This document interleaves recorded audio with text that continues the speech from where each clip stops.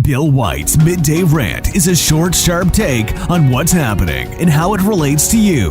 Agree or disagree? Listen to middayrant.com today. I suspect that some of you may not even know who or what the WHO is. Well, the World Health Organization, or the WHO, is one of the many United Nations agencies, and this one was created in July 1946, which, according to its own statement, quote, connects nations, partners, and people to promote health, keep the world safe, and serve the vulnerable, so everyone, everywhere, can attain the highest level of health, end quote.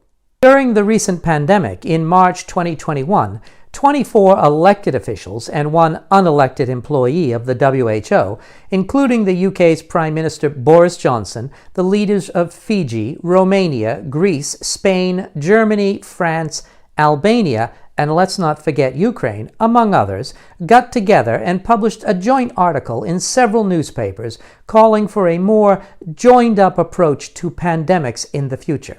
What followed was a proposal for what these leaders called the WHO Pandemic Preparedness Treaty. At the end of November, the WHO's World Health Assembly met in a special session to discuss the proposal and to map out the way forward.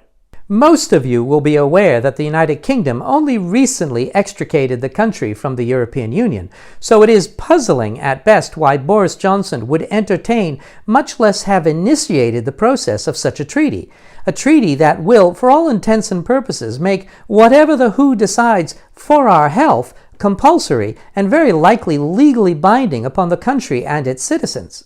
And while negotiations on the precise wording of the treaty are still progressing under the direction of the Intergovernmental Negotiating Body at the WHO, the initial meeting did not support a widespread public consultation.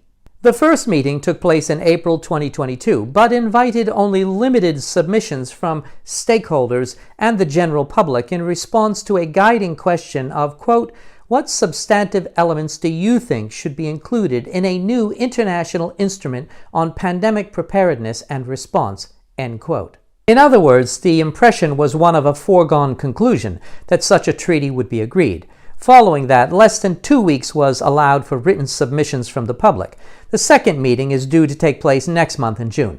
And you can expect that regardless of mounting public objection, a treaty will be agreed, and proponents of the initiative, including the UK, EU, and others, have supported a legally binding treaty, with the EU suggesting that the final international instrument would also be binding in international law. So the UK left the overbearing control of the European community to submit to the control of the World Health Organization.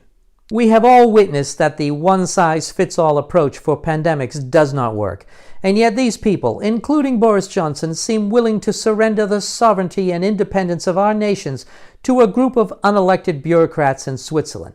Somehow the WHO has positioned itself from promoting health to dictating to us how we will live, what we can do, and when we can do it. And at this stage, I'm not entirely sure what can be done to prevent this WHO treaty from becoming law.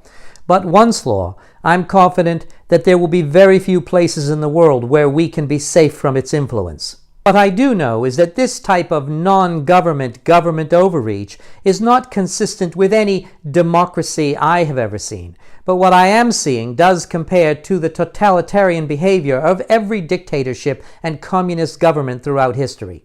Who do you trust?